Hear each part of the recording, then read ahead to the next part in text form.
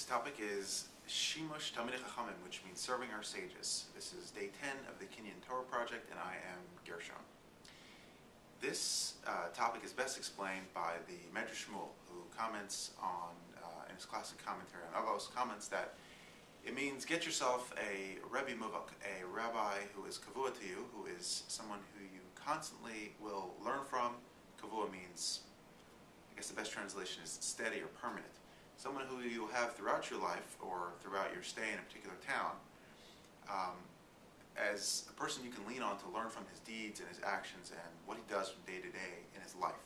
Not just his Torah, which is of course important, or his teachings, but how he actually lives his life, how he talks to his family, how he talks to his constituents, how he does his business dealings if he may have some. Have a closeness with him. He even goes so far as to say you should move in with him, but I think that's a little bit much in our modern times.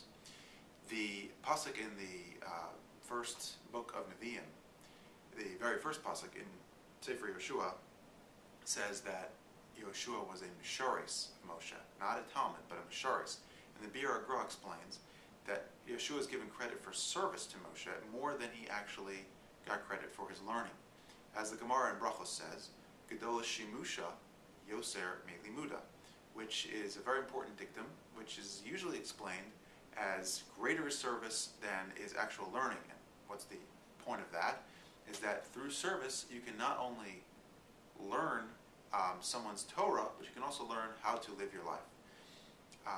There is, Rabbi Menuna explains a pasuk in Tehillim, Va'aleu lo yibol, and even their small speech is not wasted.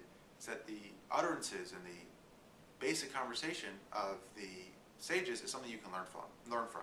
This Sfas Emes explains that in our modern times, where it's sometimes difficult to be proximally located to a Talmid Chacham, you can learn from tales of their deeds. We have lots of Sfarim, we have lots of books that talk about the lives of Talmidei Chachamim.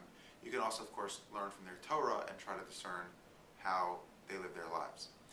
I'll leave you with the story in a Tosos in Avodah Zarah, or Ksubas, I think Ksubas actually, that says that Rabbi Akiva was walking to the yeshiva one day of Rabbi Lezer and Yeshua, and he spotted a meis mitzvah, an unclaimed body, and instead of burying it right then and there, he carried it 4 miles to a cemetery, and he was chastised by Rabbi Lezer and Yeshua for missing his study that day, and they gave him a very severe chastisement. They said, every step that you took towards the cemetery was as if you spilt blood. Now, why do you get such a harsh criticism? So the second answer of Tosfos from the Rimi Korvil explains the same principle. Gedola Shimusha Yoser Me'limuda. This was at the beginning of Rabbi Akiva's learning career, and he needed to be in the Beis Medrash, learning Torah from Rabbi Lezer and Yeshua, not performing other mitzvahs as important as they may have been.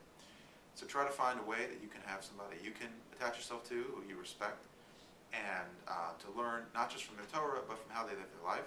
Somebody who can be your Rebbe Muvak, your Rabbi Kavua. Thank you very much, and have a great day.